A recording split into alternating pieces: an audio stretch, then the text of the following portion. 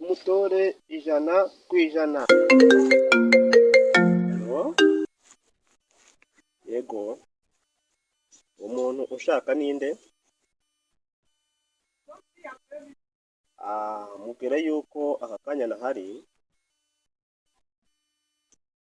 mubwire ko nagiye kwamamaza umukandida wacu Paul Kagame. Ntabwo ndi buboneke vuba aha ngaha, mbere yihangane wenda azagaruke. Iyo ni ibiki uzanye hano?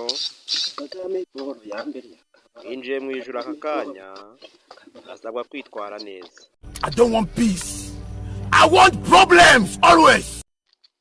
Ye gutangira urubanza. Hano ni mu ijuru, asabwa kwitwara neza kugira ngo ujye mu bwami. Witwara nabi ajya mu muriro. Urubanza rwawe ruratangiye.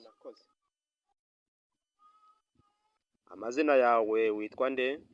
aka Mbaba Mumbazi. Oya, ayo siyo nakubajije amazina twakwise. Okay, nagize ngo ni ibindi ushaka kumbaza. Amazina yanjye nitwa Marikiyoro. Urubanza ruratangiye. Marikiyoro, urashinjwa yuko wateye urugo rw'umuturanyi muri ya minsi wari wabuze ibyo kurya. Cya kabiri, wagiye mu rugo rw'umuturanyi uramuhohotera. Cya gatatu, wagiye mu mirima y'abaturanyi bawe ukuramo imyumbati yari irimo. Cya kane, uraregwa yuko wasuzuguye mugenzi wawe mu byo mwari mwasezeranye. Oya, genda gakeya. Kimwe nemera kuko murambeshye. Wese ubundi mburanye urinde.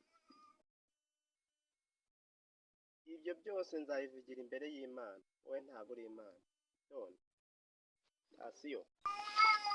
Marikiyoro, ndumva ibintu urimo utabizi, jya mu muriro. Wetin be this? Jesus. Ha ha, blood of Jesus.